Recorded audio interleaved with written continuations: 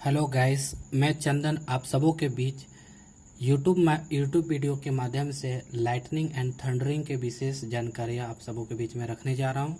लेकिन आप वीडियो के शुरू से लेकर अंत तक बने रहे। आप इस वीडियो के माध्यम से जान पाएंगे कि क्यों लाइटनिंग के समय में लाइट जो है वो सबसे पहले दिखाई पड़ती है और साउंड बाद में क्यों सुनाई पड़ते हैं। सेकेंड, लाइटनिंग के समय में क्यों हमें इतनी ज़ोरों की आवाज़ सुनाई पड़ती है। थर्ड, लाइटनिंग से कैसे बचा जाए। इन सभी चीज़ों के बारे में आप ढेर सारी जानकारियाँ आप इस वीडियो के माध्यम से जान पाएंगे। लेकिन आप वीडियो के शुरू से लेकर अंत तक रहें और हमारे चैनल को ज़रूर लाइक एंड सब्सक्राइब ज़रूर करें।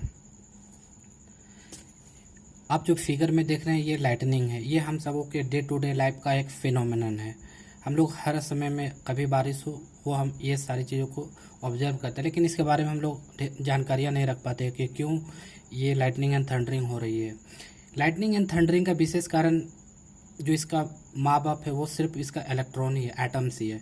जब भी चाहे वो घर की बिजली हो या चाहे वो आसमानी बिजली हो, जिसको लाइटनिंग थंडरिंग बोलते हैं, सब जगह इलेक्ट्रॉन का ही खेला। लेकिन लाइटनिंग एंड थंडरिंग में क्या है कि वहाँ पर इलेक्ट्रॉन जो है स्टैटिक इलेक्ट्रिसिटी के अंदर आती है, इलेक्ट्रॉन वहाँ स्टैटिक है। लेकिन जो घर की बिजली है वहाँ पर जो बिजली है वो एक कंडक्टर, एक वायर के अंदर फ्लो करती है। ये जो है हमारा एटम है। एटम जो है इलेक्ट्रॉन, प्रोटॉन और न्यूट्रॉन से मिलकर बना हुआ है। इलेक्ट्रॉन जो है वो आउटर सेल में प्रेजेंट होती है और जो न्यूट्रॉन एंड प्रोटॉन होती है, न्यूट्रॉन का जो चार्ज होते हैं वो न्यूट्रल होते हैं, जो जीरो होती है। प्रोटॉन का पॉजिटिव चार्ज होता है। इलेक्ट्रॉन जो होता है उसका नेगेटिव चार्ज होती है। लाइटनिंग एंड थंडरिंग के समय में जो वोल्टेज तैयार होती है वो 10 करोड़ वोल्ट तैयार होते हैं, जो 100 एम्पेयर की करंट तैयार होती है। सोच लीजिए 11,000 की करंट अगर किसी को मारे तो वो जला के राख कर देते हैं, लेकिन यहाँ पर 10 करोड़ वोल्ट का करंट होता है। इसमें टेम्परेचर देखिए 27,000 से लेकर 30,000 डिग्री सेंटीग्रेड टेम्परेचर तैयार होती है इसमें। लेकिन इसका जो टाइम स्पेन होता है, लाइटनिंग जो आती है वो 0.0055 सेकेंड के लिए आती है। मतलब इतने कम समय के लिए आती है, वो तुरंत गायब हो जाती है। और इसमें जो है जो करंट बनता है वो 10,000 एम्पेयर का देखिए करंट तैयार होता है। हमारे घर में जो चाहे एसी हो, चाहे कूलर हो, चाहे फैन हो, पंखा, जो भी कुछ हो, सारे 5 एम्पेयर के ही अंडर में चलती है, 220 या 440 करंट के अंडर में। लेकिन यहाँ लाइटनिंग में आप सोच सकते हैं 10 करोड़ वोल्ट, सोच सकते हैं 100 मेगावाट का करंट इसमें तैयार होता है। लेकिन ये मात्र 0.005 सेकेंड के लिए तैयार होता है। लेकिन इसका टेम्परेचर जो होता है 27,000 से लेकर 30,000 डिग्री सेंटीग्रेड आता है। आप इमेजिन कर सकते हैं कितना ज़्यादा इसका टेम्परेचर होता है। सन का जो टेम्परेचर होता है, सरफेस टेम्परेचर, वो 5,000 डिग्री सेंटीग्रेड होता है। लेकिन सन का टेम्परेचर का ये जो लाइटनिंग एंड थंडरिंग में जो टेम्परेचर प्रोड्यूस होता है, जो पैदा होती है, वो सन के टेम्परेचर, जो सरफेस टेम्परेचर सन का होता है, उसका 5 से 6 गुना ज़्यादा लाइटनिंग के समय में वो टेम्परेचर प्रोड्यूस होती है। इसी वजह से इतनी जोरों की आवाज़ सुनाई पड़ती है। लेकिन इतनी जोर की जो आवाज़ लाइटनिंग एंड थंडरिंग के समय वो मैं बाद में बताऊंगा। लेकिन पहले इस वीडियो इसमें देखिए कि ये बादल है। ये बादल में क्या हो रहा है कि यहाँ पॉजिटिव चार्ज प्रोड्यूस हो रहे हैं, यहाँ नेगेटिव। ये क्यों हो रहे हैं? आप इमेजिन कि गर्मी के समय है। गर्मी के समय में झील, झरना, नदी, तालाब, कुआं, पानी जो भी है, समुद्र, रिवर जो भी है, उन सभी चीज़ों में क्या होता है कि सन का जो लाइट पड़ता है, सूर्य का जो किरण होती है, उसकी हीट वो काफ़ी गर्म होती है। वो उसका हीट जब इन नदी, तालाब, झील, झरने पर जब पड़ती है तो वो इससे जो वाटर जो होती है इवापोरेट होकर वो आसमान चले जाती है। ऊपर ऊपर जाते जाते ऊपर जितने ऊपर जाते वो ठंडा होते जाती है। ठंडा होकर आसमान में जाकर वो बादल का रूप ले लेते हैं या क्लाउड बन जाते हैं। जब तेज़ हवा बहती है तो ये क्लाउड या ये क्लाउड जब एक बहने लगती है, चलने लगती है, और इसके अंदर जो छोटे छोटे बर्फ़ के गोले हैं या बड़े गोले भी है, वो आपस में हवा के कारण एक क्लाउड दूसरे क्लाउड या एक बर्फ दूसरे बर्फ के बीच में टकराने लगते हैं, जिसके कारण घर्षण वहाँ होता है, फ्रिक्शन डेवलप करता है। और फ्रिक्शन के कारण ही स्टैटिक इलेक्ट्रिसिटी का निर्माण होता है। आपको अगर स्टैटिक इलेक्ट्रिसिटी के बारे में और थोड़ी जानकारी लेनी है तो एक एक्सपेरिमेंट मैं आपको दिखा रहा हूँ। देखिए मैं आप सबों के बीच में एक छोटा सा एक्सपेरिमेंट करने जा रहा हूँ। ये देखिए कागज़ का एक टुकड़ा है और ये पेन को मैं क्या करूँगा कि अपने बाल में रब करूँगा। ये मैं रब कर लिया और मैं इसे एक कागज़ के साथ सटाऊँगा। देखिए ये सट गया। मतलब कि मेरे बाल से जो है नेगेटिव चार्ज पेन में ट्रांसफ़र हो गए और ये जो है कागज़ जो है इसमें सट गया। ये यहाँ स्टैटिक इलेक्ट्रिसिटी का खेला है। सेम कंडीशन यहाँ लाइटनिंग एंड थंडरिंग में भी हो रहा है। ये देखिए, ये ग्राउंड है, ग्राउंड में यहाँ पॉजिटिव चार्ज डेवलप हुआ, यहाँ भी नेगेटिव। वो भी केस क्यों? क्योंकि यहाँ पर जो बर्फ़ के जो छोटे छोटे गोले थे, या बर्फ़ जो यहाँ प्रेजेंट है बादलों में, वो हवा के चलते जो है आपस में बहने लगता है, या हवा के कारण आपस में टकराते हैं, यहाँ फ्रिक्शन डेवलप होता है। फ्रिक्शन के कारण पॉजिटिव एंड नेगेटिव चार्ज होता है। सेम कंडीशन यहाँ भी, ये ग्राउंड है, ये ग्राउंड है, आप मान के चलिए ये पेड़ पौधा है। ग्राउंड में जितने भी पेड़ पौधे, पत्ते और पार्टिकल्स, छोटे छोटे कण या छोटे छोटे रॉक्स होते हैं, वो हवा के कारण वो भी मतलब कि बहने लगते हैं, चलने लगते हैं। जैसे ग्राउंड और रॉक के बीच में भी एक क्या होता है, घर्षण डेवलप करता है। जो ज़मीन का जो नीचे वाला पोर्शन होता है वो एक नेगेटिव चार्ज डेवलप कर जाता है, और ऊपर वाला पोर्शन भी एक पॉजिटिव चार्ज। और ये दूसरा क्या खोजता है कि एक पॉजिटिव चार्ज वाला और नेगेटिव चार्ज वाला चीज़ मिले और फटाक से ज़मीन के नीचे हम ट्रांसफ़र कर दें। यही चीज़ इसमें भी होता है। ये देखिए लाइटनिंग रॉड के बारे में आज हम बात करने जा रहे हैं। अभी बेंजामिन फ्रैंकलिन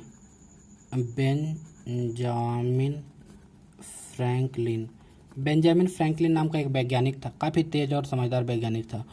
उन्होंने क्या किया कि लाइटनिंग कंडक्टर का आविष्कार किया, जो मेनली एल्युमिनियम या कॉपर का बनता है, लेकिन मैक्सिमम कॉपर का ही बनता है। इसमें देखिए एक लाइटनिंग रॉड है, ये देखिए, और नीचे जो है वायरिंग से कनेक्ट है। ये वायरिंग और ये वायर जो है ये काफ़ी बढ़िया मटेरियल से बना होता है। लाइटनिंग रॉड या लाइटनिंग कंडक्टर क्या करते हैं कि हाई करंट को बहुत तेज़ी से ज़मीन के अंदर ट्रांसफ़र कर देते हैं, और वो भी कम समय में। इसलिए लाइटनिंग वायर जो होती है, ये जो नीचे वायर है, वो काफ़ी बढ़िया मटेरियल का बना होना है, ताकि बहुत तेज़ी से, बहुत जल्दी वो लाइट मतलब कि चार्ज को जो है ज़मीन के अंदर ट्रांसफ़र कर दे। क्योंकि अर्थ जो है, पृथ्वी है, वो धरती जो है वो store house of infinite negative charge है, इसलिए वो अपने अंदर समा लेता है सारे नेगेटिव चार्ज को। और इसमें और चीज़ और भी मैं बताने जा रहा हूँ। ये देखिए माता जी के ऊपर लाइटनिंग कंडक्टर लगा दे। देखिए इसके पीछे में क्या है कि वायर लगा दिया गया है, जो काफ़ी बढ़िया मटेरियल का बना होता है। जब भी लाइटनिंग होती है, इसके ऊपर टकराता है बिजली। और यहाँ पर देखिए ये रॉड यहाँ पर ऊपर तक है, वो आपको दिखाई नहीं पड़ रहा है।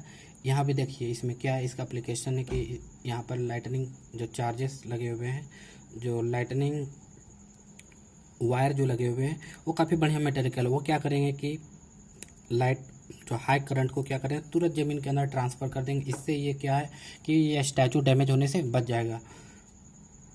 लाइटनिंग के समय में जो आवाज़ जो है इतने ज़ोरों को क्यों आती है? देखिए लाइट की जो स्पीड होती है वो 3 × 10⁸ मीटर पर सेकेंड होती है। 3 × 10⁸ मीटर पर सेकेंड। और साउंड की जो स्पीड होती है वो 300 मीटर पर सेकेंड होती है।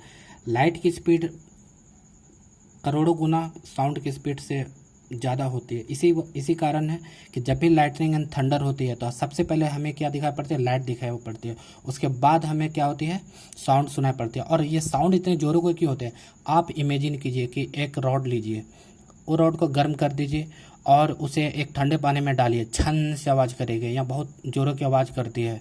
यह आप कभी ये ऐसा एक्सपेरिमेंट आपने कभी देखा हो? इसी प्रकार जो वायुमंडल में या क्लाउड, जो भी वायुमंडल में मॉइस्चर प्रेजेंट होते हैं, या बर्फ़ के गोले या ड्रॉपलेट्स होते हैं, उस पर 27,000 से लेके 30,000 डिग्री सेंटीग्रेड टेम्परेचर अगर उस भाप में या ड्रॉपलेट्स में, जो ठंडे ड्रॉपलेट्स होते हैं या आइस क्यूब होते हैं, अगर उस पर टकराए तो वो ब्लास्ट इतने कस के करते अचानक कि 27,000 डिग्री सेंटीग्रेड टेम्परेचर।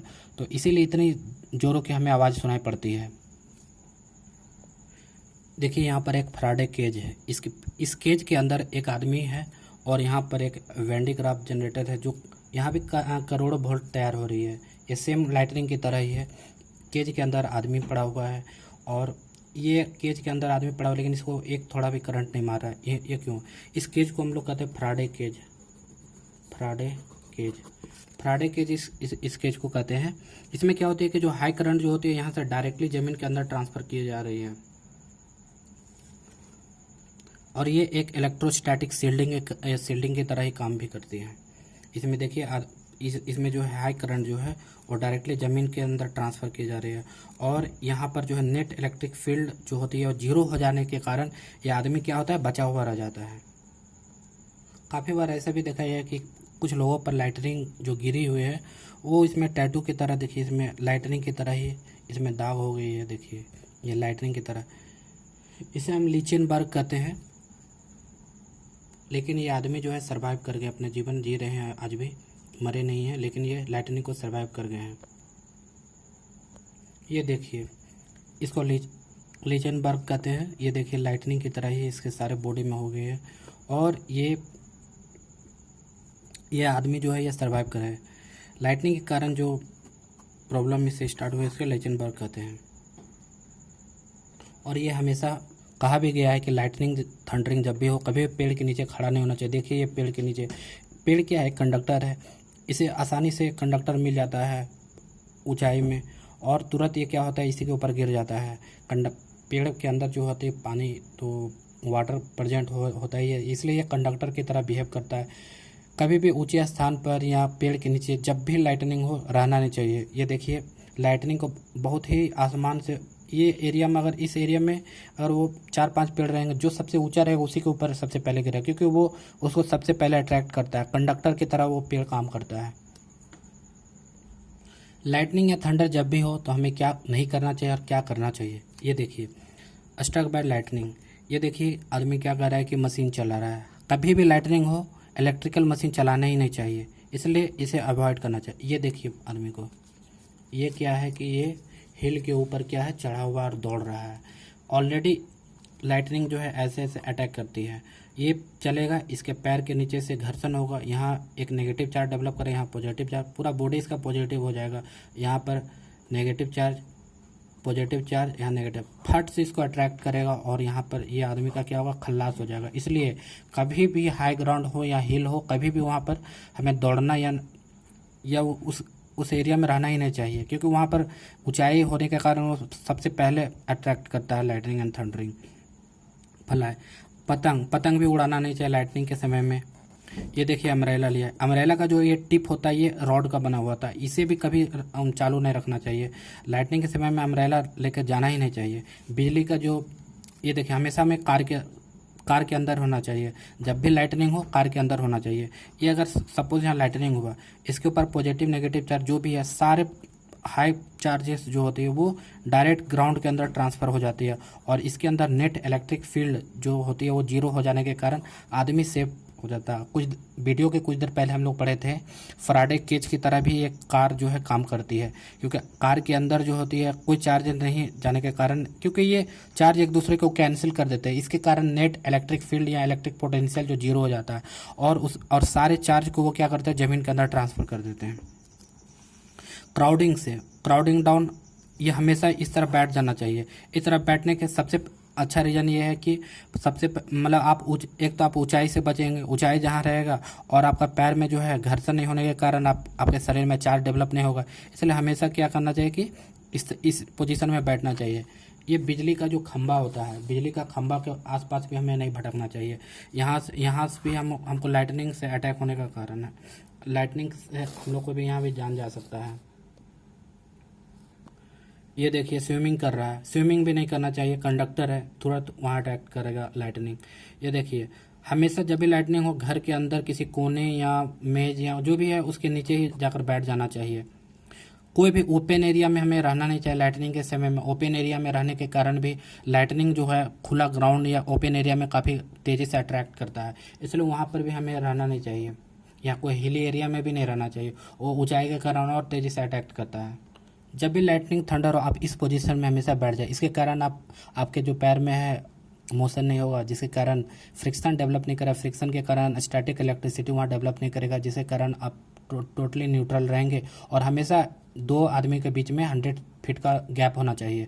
ये देखिए दोनों काफ़ी अच्छा गैप मेंटेन करके रखा हुआ है, और हमें इस पोजीशन में ही लाइटनिंग के समय में बैठ जाना चाहिए। इससे हम क्या है सुरक्षित बचे रहेंगे। और कान भी बंद रखना चाहिए, क्योंकि लाइटनिंग समय में काफ़ी ज़ोर से आवाज़ होता है, जिससे कान का पर्दा भी फट सकता है। तो कान ढाको के रखें, बचा के रखें। सपोज़ यहाँ पर लाइटनिंग हुआ, ये लाइटनिंग हुआ, एक ज़मीन है एक ग्राउंड है, तो लाइटनिंग जब भी होती है तो एक रडार मेंटेन करता है, एक एरिया मेंटेन करता है।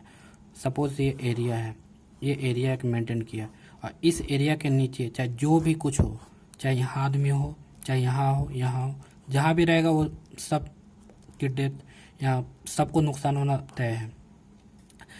इसलिए कोई ज़रूरी नहीं कि यहाँ पर कोई आदमी है तो इसी के ऊपर बिजली गिर गई तो वो उसका नेचुरली डेथ हो गया है। नहीं, ऐसा नहीं होता है। जो भी आदमी इस एरिया इस वोल्टेज या इस हाई वोल्टेज करंट के रेंज में रहेगा, चाहे वो यहाँ रहे चाहे यहाँ रहे, और ये लाइटनिंग के समय में, तो वो उसकी मौत तय है या वो बच भी सकता है। हर साल लाइटनिंग के थ्रू या लाइटनिंग से 2500 आदमियों को मौत होती है या 3000 तक की डेथ हो जाती है लाइटनिंग से, और यह भी लापरवाही के कारण ही होती है। लाइटनिंग भी जो होती है वो 3 तरह की होती है। एक होती है इंट्रा क्लाउड जो बहुत कम होती है। एक होती है क्लाउड टू ग्राउंड, जो क्लाउड जो है ये क्लाउड से ग्राउंड तक आ गया है। और एक होता है क्लाउड टू क्लाउड, ये तीनों, लेकिन ये बहुत कम होती है। मेनली जो वज्रपात होते हैं, जो क्लाउड टू ग्राउंड को ही हम लोग वज्रपात कहते हैं, और इससे हर साल लगभग 2500 आदमियों की मौत होती है या 3000 भी मान के चल सकते हैं। लाइटनिंग के कारण जो सबसे ज़्यादा हम लोग के शरीर के जो ऑर्गन होता है वो इफ़ेक्ट करता है, मेनली हार्ट। हमारा जो हार्ट होता है या हमारा जो लंग्स हुआ या हमारा जो ब्रेन है, ये सारी चीज़ सीज कर जाती हैं या हार्ट फट जाती है, जिसके कारण हमारा जो नेचुरल डेथ हो जाती है। चलिए, मैं आप सबों से ये जानना चाहता हूँ कि कैसा लगा हमारा वीडियो, और जो भी कुछ गलती मुझसे हुई ज़रूर आप मुझे माफ़ कीजिएगा। और आपको हमारी जानकारी कैसा लगा, हमारे चैनल को ज़रूर लाइक एंड सब्सक्राइब ज़रूर कीजिएगा, और कमेंट सेक्शन में ज़रूर मुझे बताइए कि ताकि मैं आगे कुछ और इससे भी ज़्यादा इन्फॉर्मेटिव वीडियो ला सकूं, और हमारी जो कुछ गलतियां हुई हैं वीडियो बनाने में, या कुछ साउंड या जो भी आपको ऑडिबल नहीं है, तो मैं उस चीज़ों को आप कमेंट कीजिएगा, तो मैं अगले वीडियो से मैं उस चीज़ पर सुधार करने की कोशिश करूँगा। धन्यवाद।